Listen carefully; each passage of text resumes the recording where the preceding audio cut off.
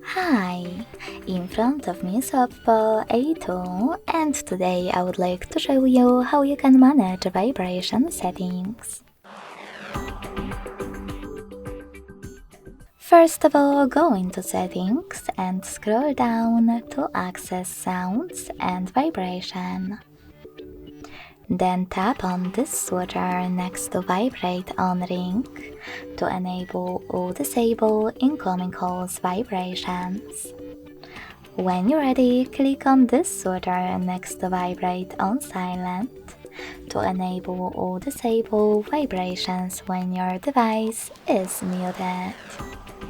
Last but not least, scroll all the way down, select haptics and tones, and then thanks to this switcher next to system haptics, enable or disable haptic feedback for touches, swipes, and more.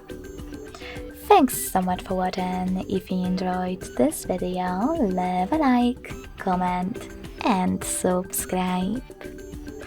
Bye!